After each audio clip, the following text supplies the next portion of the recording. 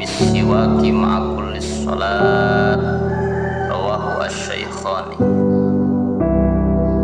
Mengenai tentang siwak, saur Kanjeng, laula an asyukku ala ummati la amartuhum bisiwaki ma'a kulli sholat.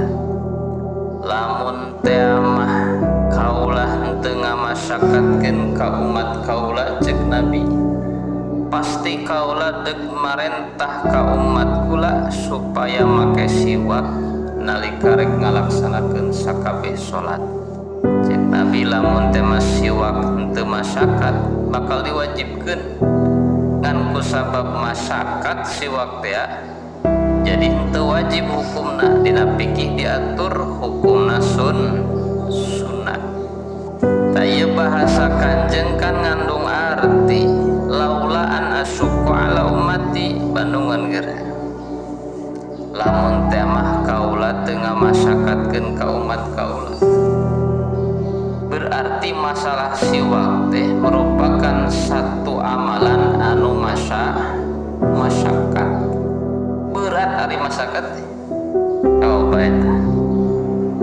Cuman betapa perhatian Kanjeng Nabi kanu jadi umat sehingga karunya Nabi mah lamun umat pinuh ku masyakat. Buktina urusan siwak bae ge diperhatikeun ku Nabi deui.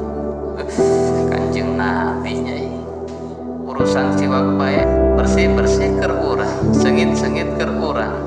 Tapi kabayang cek Nabi siwak teh berat yang geus atuh teu diwajibkeun. Ciri berat kumaha?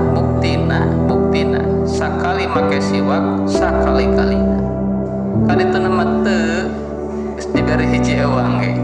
Leungit di leungit deui eta bukangna dina ayana ge teu dipake ieu. Pan eta teh masyakat ngaranna. Kabuktian eta teh santri. Lain meuli dibere. Dibere teh hiji ewang. Teu dipake.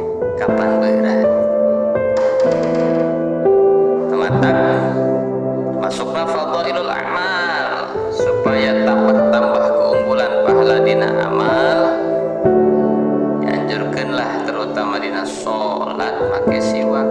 Saur Kanjeng dina hadis nu sanes, rakaatun bisiwak afdalu min sab'ina rakaatan bighairi siwak. Sarakaat salat make siwak leuwih utama daripada 70